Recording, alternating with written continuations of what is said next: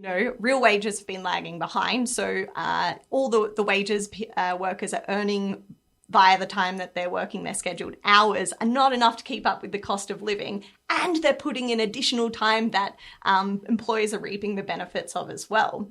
So, it kind of adds insult to injury that there's so much unpaid overtime going on in the economy. One for mum, one for dad, one for the country. And there has never been a more exciting time to be in Australia. Budgets are about choices, Fran, and you show what you value through the choices you make. This is coal. Don't be afraid. Don't be scared. The Treasurer knows I want an economy that works for people, not the other way around. We'll just end up being a third-rate economy, a banana republic. Just follow the money. G'day, and welcome to Follow the Money, the Australia Institute's podcast that explains big economic issues in plain English. I'm Ebony Bennett, Deputy Director at the Australia Institute, and today we're talking about Go Home on Time Day, which is today.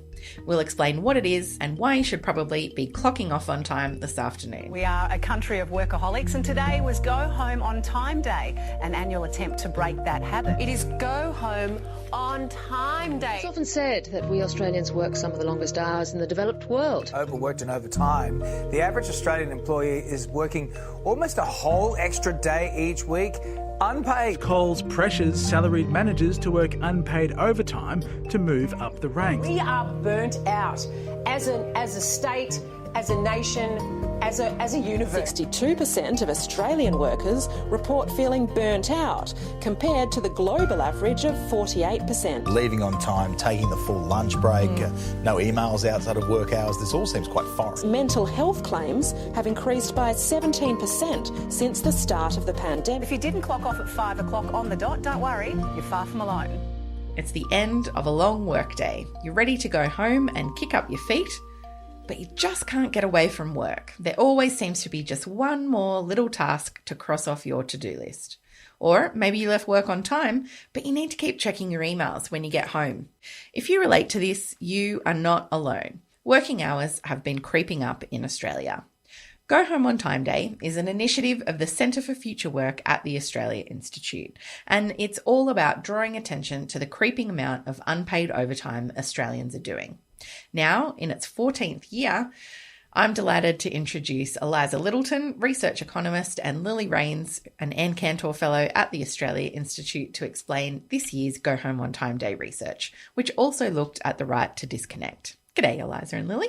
Hello. Hey, Em. Eliza, if I can start with you. First of all, what is Go Home on Time Day, and what did your research on unpaid overtime find this year?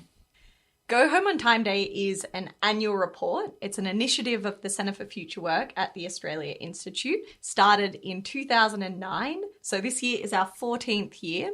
And we basically survey Australian workers and ask them how much unpaid overtime they're doing. We ask them questions about their preferences for working hours, and try and understand what the experience of working in our labour market is at that point in time. And so what did your research find this year about the amount of unpaid overtime that Australians are working?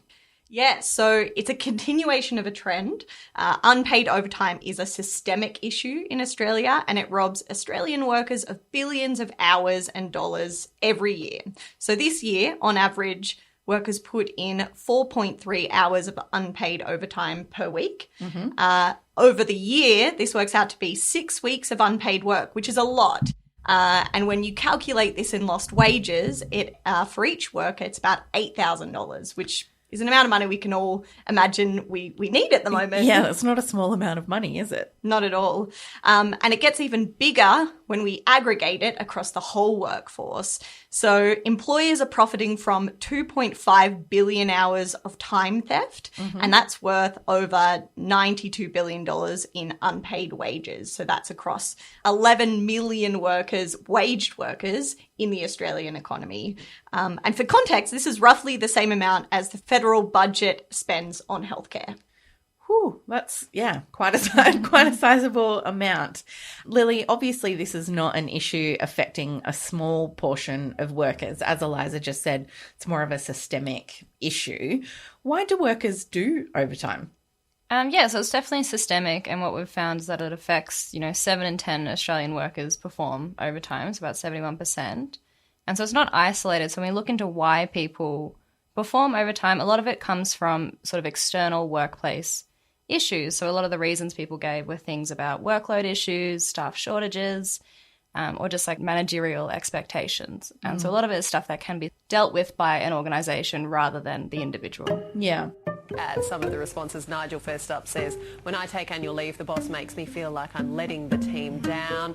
Antoinette says, very true, it feels like you're made to feel bad about having family time out or being sick. And Holston says, work to live, not live to work. Life is too short. We had some economic modelling done this year that showed that over the course of a lifetime, carers lose around $175,000 in superannuation savings and around $400,000 in lifetime earnings on average. Or 27% respectively are experiencing poor mental health as a result of their work.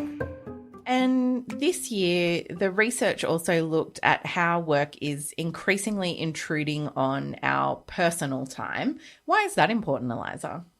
Yeah, well, I think, as you said, we can all relate to having to answer a call at the kitchen table or doing a teleconference after hours, or we're checking our phones and our emails throughout our personal days. And I think we can all relate to the fact that this has negative consequences for us. And we actually asked Australian workers what were the negative consequences of doing overtime. And the most common ones were around health consequences, so physical tiredness, stress and anxiety, and feeling like you're mentally drained. And this affected about a third of workers who perform overtime. There were also things like interference in personal life and relationships, not having enough time with kids, and actually it has consequences for employers as well. So people identified reduced motivation at work and poor job satisfaction as well. So there's a vast array of consequences stemming from health problems, social problems, and then, relationships with work.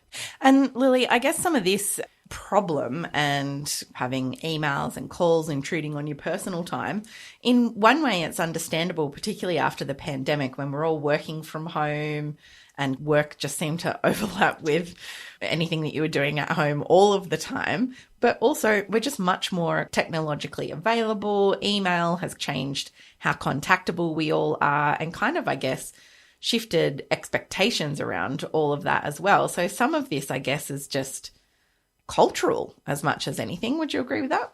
Yeah, absolutely. So that's sort of something that we took a look at for Go Home on Time Day, was that there's a disconnect between how we deal with our workplace and how we regulate it and the reality of work. So there is this big creeping expectation of being digitally available, being online all the time, and that's not really reflected in our laws. It hasn't been updated to deal with how available people are now. Yeah, because just sticking with this theme, everyone now carries a smartphone around in their pocket, which is not only a telephone, that people can contact you on. It's also email and all those other things as well. So we used to have a workplace culture where people kind of clocked off and then they went home, and there was probably very little way for your employer to reach out and contact you apart from phone. But now, just due to modern technology alone, perhaps that's kind of started this expectation. And as you said, the laws haven't really had a chance to catch up yet. Yeah, absolutely. It's incredibly easy for a manager to just call you to confirm something. Like, that's an easy, quick decision to make. And there's not really much that can really stop that, I think. Yeah, and actually we asked Australian workers as well about the expectations in their workplace, and we found that over a third of workers, so 38%, said they were performing overtime because it was an expectation of their workplace, and only 8% said that it was discouraged in their workplace. So there's the expectation in the workplace, it's facilitated and aided by technology and this kind of always on culture where, the expectation is that you can be contactable all the time. And yeah, it's definitely contributing to the problem of overtime and unpaid overtime. I've recently come off an 18-hour shift and that was very exhausting, and we all do that very regularly here. So it's just constant overtime because we're having to fill the shortfalls ourselves. We've got the people who are really just burnt out, trying to reclaim work-life balance. So, for example, over the past couple of years with the pandemic, work from home, workers crept into their home life and now they're just exhausted. So, Lily, what are some of the possible policy solutions for helping workers disconnect and addressing this culture of always being on and available? So there's a few possible solutions, but the primary one that we really looked at was this thing called the right to disconnect. And so basically what that boils down to is it's a right that guarantees that workers can unplug and disconnect from their work outside of their scheduled hours. So not responding to emails, calls, or doing all that work that we were just touching on before. And it's not particularly radical. The Victorian Police negotiated it in 2019 into an enterprise agreement. It's been implemented abroad in France, Germany, and Ireland have all variations of a right to disconnect. And so our research really put that to workers and asked what they thought about it, and there was overwhelming support for the government to legislate a right to disconnect. So it was 84% who supported, with only 8% who opposed. It's a phenomenon known as availability creep, technology making us accessible all the time. Queensland teachers can now turn off digital devices after the school bell rings, after successfully lobbying for the right to disconnect. It means teachers can switch off phones and emails from 3 p.m. Our teachers report to us that they are working more than 45 hours a week, and our school leaders are reporting that they are doing more than 60 in many cases. Another recent example is that the Queensland Teachers Union just won a right to disconnect as well. And that's a really big development. So a lot of the push that we've seen in Australia for a right to disconnect has been via unions and collective bargaining. So that's definitely one option on the table in terms of pursuing a right to disconnect. Also, the Senate Select Committee on Work and Care proposed an amendment to the Fair Work Act in their interim report, which basically encouraged the government to accept it as a national standard for all workers because, real wages have been lagging behind. So all the wages workers are earning via the time that they're working their scheduled hours are not enough to keep up with the cost of living. And they're putting in additional time that employers are reaping the benefits of as well.